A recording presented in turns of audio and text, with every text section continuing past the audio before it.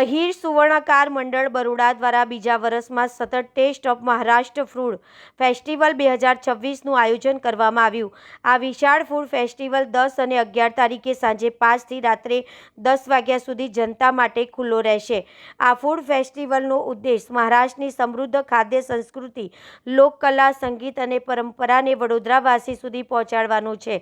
કાર્યક્રમમાં મહારાષ્ટ્રના પરંપરાગત વ્યંજનોથી લઈને લાવણી, પોવાડા, ઢોલ, તાશા જેવા લોક સાંસ્કૃતિક કાર્યક્રમોનું આયોજન કરવામાં આવ્યું છે. સાથે જ પરિવાર મૈત્રિક પ્રવૃત્તિ અને વિવિધ આકર્ષણો પણ ફેસ્ટિવલનો ભાગ બનશે.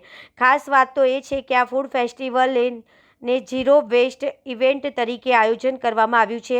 ફેસ્ટિવલ દરમિયાન ઉત્પન્ન થતો ખાદ્ય કચરો સ્થળ પર જ પ્રોસેસ કરી ખાતરમાં પરિવર્તિત કરવામાં આવશે. કાર્યક્રમ સામાજિક જવાબદારીઓને ધ્યાનમાં રાખીને પણ યોજવામાં આવ્યો છે. ફેસ્ટિવલમાંથી પ્રાપ્ત થતી આવક સમાજના કલ્યાણકારી કાર્યો માટે ખર્ચવામાં આવશે.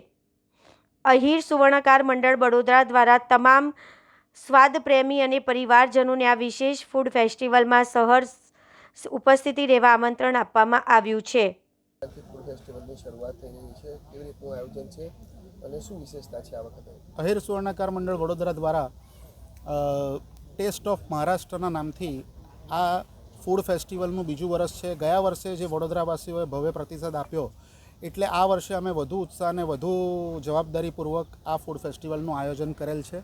આ ફૂડ ફેસ્ટિવલ માંજલપુર ખાતે સીતાબા ગરબા ગ્રાઉન્ડમાં એનું આયોજન છે. આવતીકાલે શનિવાર તારીખ 10 અને રવિવાર તારીખ 11 સાંજે 5 થી લઈને રાત્રે 10 વાગ્યા સુધી આ ફૂડ ફેસ્ટિવલ અહીંયા ચાલુ રહેવાનો છે. આ વખતે વિશેષ શું છે ફૂડ ફેસ્ટિવલ વાનગીઓની સાથે સાથે? આ વખતે ફૂડ ફેસ્ટિવલમાં મરાઠી ક્યુઝિન, મરાઠી વાનગીઓ તો છે જ, પણ એની સાથે સાથે મુખ્ય એટલે મહારાષ્ટ્રથી લોકકલા, મહારાષ્ટ્રીયન લોકકલા, લોકગીત એ પણ અહીંયા રજૂ કરવામાં આવનાર છે. જેવા કે ભારૂડ, લાવણી અને અલગ અલગ બીજા ડાન્સ અને લોકગીતના ફોર્મ અહીંયા રજૂ કરવામાં આવશે. કેટલા દિવસીય આ ફૂડ ફેસ્ટિવલ રહેશે? આ ટોટલ 2 દિવસનો આ ફૂડ ફેસ્ટિવલ છે. 2 દિવસ લોક સંગીત અને લોકનૃત્યના પણ કાર્યક્રમો એની જોડે ચાલવાના છે. આ ફૂડ ફેસ્ટિવલમાં વિશેષ આ વખતે અમે ઝીરો વેસ્ટ આ ફૂડ ફેસ્ટિવલ, આ ઇવેન્ટ થાય એનો પણ અમે બહુ વ્યવસ્થિત પ્રયાસ કર્યો છે.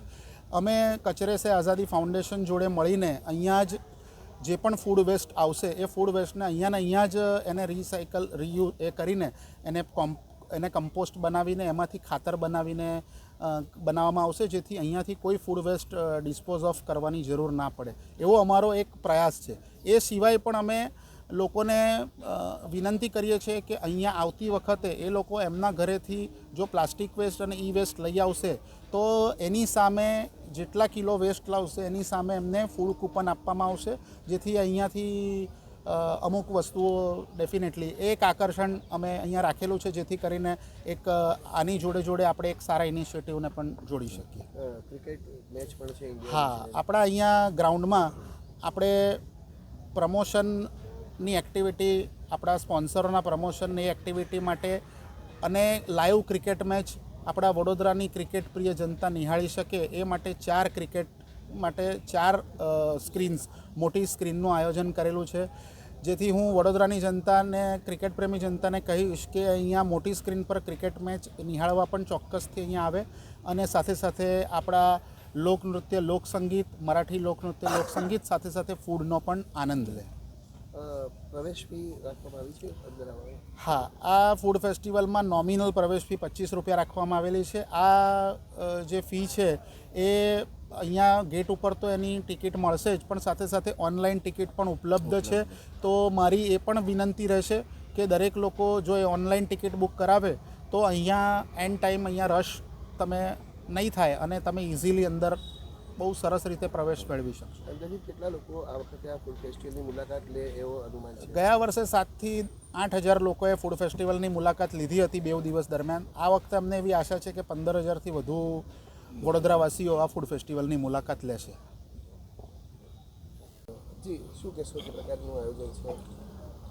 અમારું આ અહીર સુવર્ણકાર મંડળ ટેસ્ટ ઓફ મહારાષ્ટ્રનું આ સલંગ બીજું વર્ષ છે અને ગયા વર્ષે બહુ પ્રચંડ પ્રતિસાદ મળ્યો, એથી અમને પણ એવી પ્રેરણા મળી છે કે આ વર્ષે વધુ અનેરા ઉત્સાહ સાથે અમે આ કાર્યક્રમ કરીએ અને વડોદરાની તમામ જનતાને અમે આમંત્રણ આપીએ છીએ કે આ ફૂડ ફેસ્ટિવલમાં જોડાય, લોકસંગીતનો પણ આનંદ લે.